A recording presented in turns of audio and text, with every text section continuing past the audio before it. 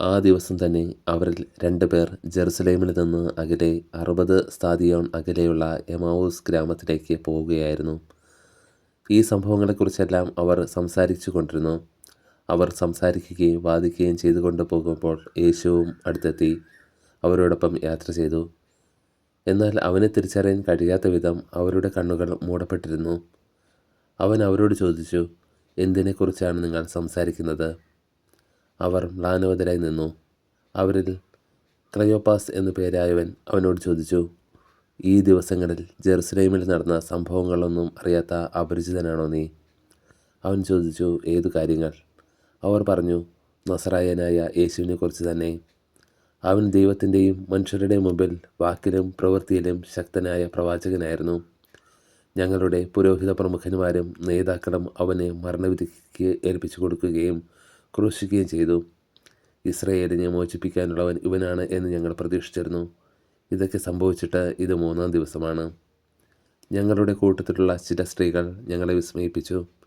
ഇന്ന് രാവിലെ അവർ കല്ലറയിങ്കൽ പോയിരുന്നു. അവൻ്റെ ശരീരം അവർ അവിടെ കണ്ടില്ല. അവർ തിരിച്ചു വന്ന് തങ്ങൾക്ക് ദൂതന്മാരുടെ ദർശനമുണ്ടായെന്നും അവൻ ജീവിച്ചിരിക്കുന്നുവെന്നും അറിയിച്ചുവെന്നും പറഞ്ഞു. ഞങ്ങളുടെ കൂടെ ഉണ്ടായിരുന്നവരിൽ ചിലരും കല്ലറയിങ്കൽ പോയി. സ്ത്രീകൾ പറഞ്ഞതുപോലെ തന്നെ കണ്ടു, എന്നാൽ അവനെ അവർ കണ്ടില്ല. അപ്പോൾ അവൻ അവരോട് പറഞ്ഞു, ഭോഷന്മാരെ, പ്രവാചകന്മാർ പറഞ്ഞിട്ടുള്ളത് വിശ്വസിക്കാൻ കഴിയാത്ത വിധം ഹൃദയം മന്ദീഭവിച്ചവരെ, ക്രിസ്തു ഇതെല്ലാം സഹിച്ച് മഹത്വത്തിലേക്ക് പ്രവേശിക്കേണ്ടിയിരിക്കുന്നില്ലേ?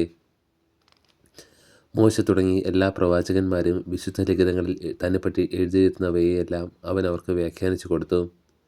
അവർ എത്തേണ്ടിയിരുന്ന ഗ്രാമത്തോടെടുത്തു. അവനാകട്ടെ യാത്ര തുടരുകയാണെന്ന് ഭാവിച്ചു. അവർ അവനെ നിർബന്ധിച്ചു കൊണ്ട് പറഞ്ഞു, ഞങ്ങളോട് കൂടെ താമസിക്കുക, നേരം വൈകുന്നു, പകൽ അസ്തമിക്കാറായി. അവൻ അവരോട് കൂടെ താമസിക്കുവാൻ കയറി. അവരോടൊപ്പം ഭക്ഷണത്തിനിരിക്കുമ്പോൾ അവൻ അപ്പമെടുത്ത് ആശീർവദിച്ച് മുറിച്ച് അവർക്ക് കൊടുത്തു. അപ്പോൾ അവരുടെ കണ്ണുകൾ തുറക്കപ്പെട്ടു. അവർ അവനെ തിരിച്ചറിഞ്ഞു. പക്ഷേ അവൻ അവരുടെ മുമ്പിൽ നിന്ന് അപ്രത്യക്ഷനായി. അവർ പരസ്പരം പറഞ്ഞു, വഴിയിൽ വെച്ച് അവൻ വിശുദ്ധ ലിഖിതം വിശദീകരിച്ചുകൊണ്ട് നമ്മോട് സംസാരിച്ചപ്പോൾ നമ്മുടെ ഹൃദയം ജ്വലിച്ചിരുന്നില്ലേ? അവർ അപ്പോൾ തന്നെ എഴുന്നേറ്റ് ജെറുസലേമിലേക്ക് തിരിച്ചുപോയി. അവിടെ കൂടിയിരുന്ന 11 പേരെയും അവരോടൊപ്പം ഉണ്ടായിരുന്നവരെയും കണ്ടു. കർത്താവ് സത്യമായും ഉയർത്തെഴുന്നേറ്റു, ശിമിയോന് പ്രത്യക്ഷപ്പെട്ടു എന്ന് അവർ പറഞ്ഞുകൊണ്ടിരിക്കുകയായിരുന്നു.